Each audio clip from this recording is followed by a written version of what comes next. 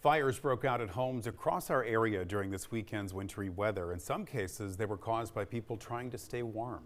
WSAV's Jillian Coles is digging deeper to find out what sparked the fires, and she is joining us live from East 67th Street, where a house fire left a dozen people without a home on Saturday.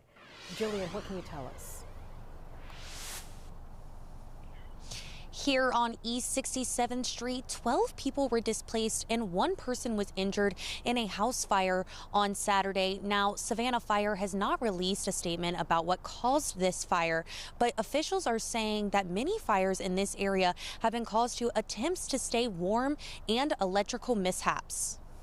Chatham County Fire Deputy Chief Keith Harden says cold weather can create dangerous conditions inside the home, especially when people use heat sources incorrectly. In the past 4 days, Harden says they responded to 2 residential fires. One of those happened on Ogeechee Road, where a stove caught fire after a power outage caused by the cold snap. People were actually cooking on the stove. They left things on the stove when the power went out, and they forgot to shut off the stove. They left home, and when the power came back on, the food was still on the stove. The stove came back on, causing a lot of heat smoke throughout their home. Burton Fire District responded to 2 fires in Beaufort County over the weekend, both caused by electrical malfunctions and leaving 3 displaced. Burton County Assistant Fire Chief says this is the leading cause for fires in their area. In one, they had plugged their golf cart in. They had been out with the golf cart, plugged it in outside the home.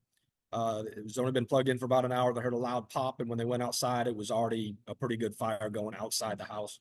And in the second one, the HVAC unit was up in the attic where there's no smoke alarms. So by the time that they realized they had a fire, it was going pretty good. So they have. Lincoln Fire Department also responded to a fire on South Howard Street. It sent 1 person to the Augusta Burn Center and caused a non-life-threatening injury to a firefighter. This investigation is still ongoing, but Effingham County Fire Chief Clint Hodges says no matter the cause, there are steps to hopefully improve response time. We ask that everybody make sure their smoke detectors are both operational and they check them at least twice a year, because those are absolute lifesavers. We've had several instances lately where those have provided the notification for individuals to get out, and smoke detectors absolutely save lives.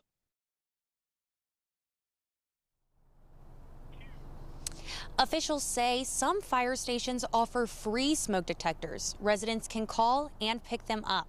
Reporting live in Savannah, Jillian Coles, WSAV News 3, on your side. Jillian, thank you. Well, as we deal with freezing cold temperatures, it is important that you remember and practice safe heating methods. Firefighters say this time of year is most dangerous for house fires. Here are some additional heating safety tips. You do not want to put the heater on carpet. Place it on a hard floor like tiles or hardwood, or use a table with nothing else on it. Make sure to avoid plugging them into power strips or extension cords. Another reminder, check the batteries in your smoke alarms and carbon monoxide detectors once a month.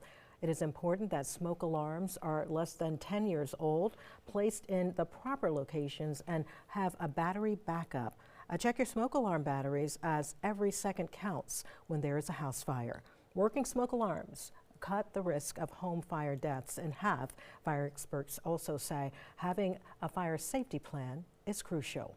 We do have important safety advice for you on our website. You'll find that at wsav.com/firesafety. Now to Bulloch County, where snow continues to melt after the area saw more than 2 inches of snow this past weekend. WSAV's Evan Smoke got an opportunity to speak with the first responders today who detailed their experience throughout the weather event.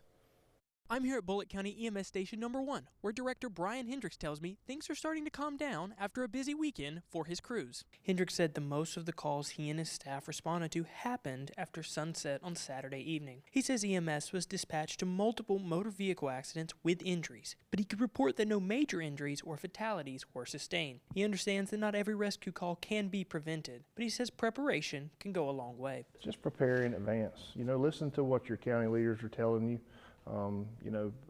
Make sure you have like a go bag, and you're prepared to be self-sustainable for several days during an event like this. Fortunately, I don't think we had any power outages, but you always have to prepare for that and make sure your vehicles prepared, for cold weather. Hendricks echoed the same message that other county officials told me this past weekend. Staying off the road decreases traffic and accidents. Reporting in Statesboro, Evan Smoke, WSAV News 3, on your side.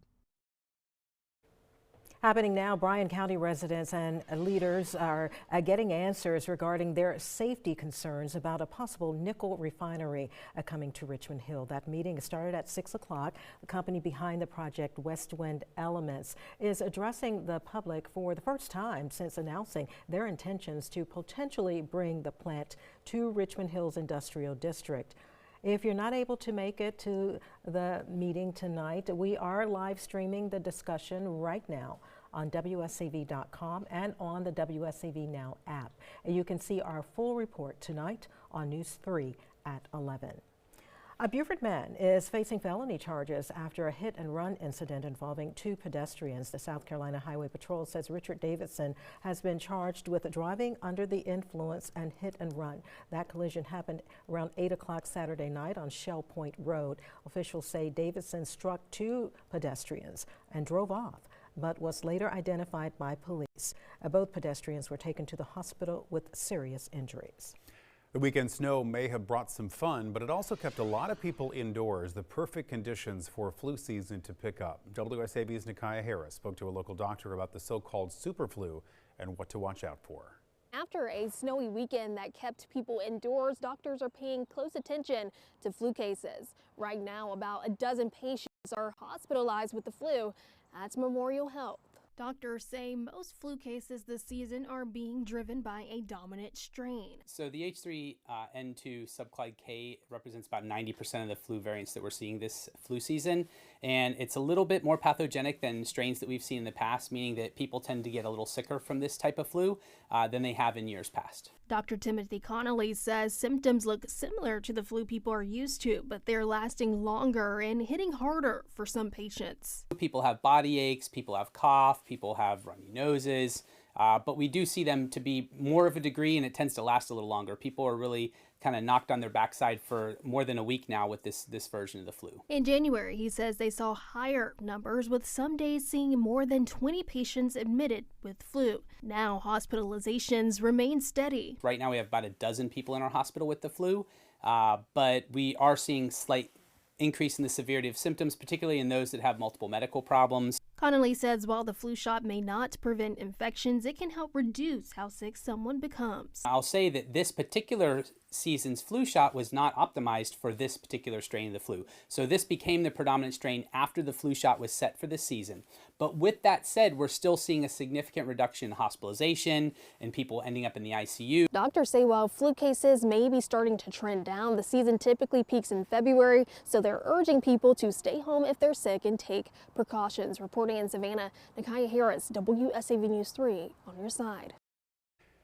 Airport officials want to remind you that if you do not have a real ID or another TSA accepted ID like a passport or military ID, you can still fly by using Confirm ID.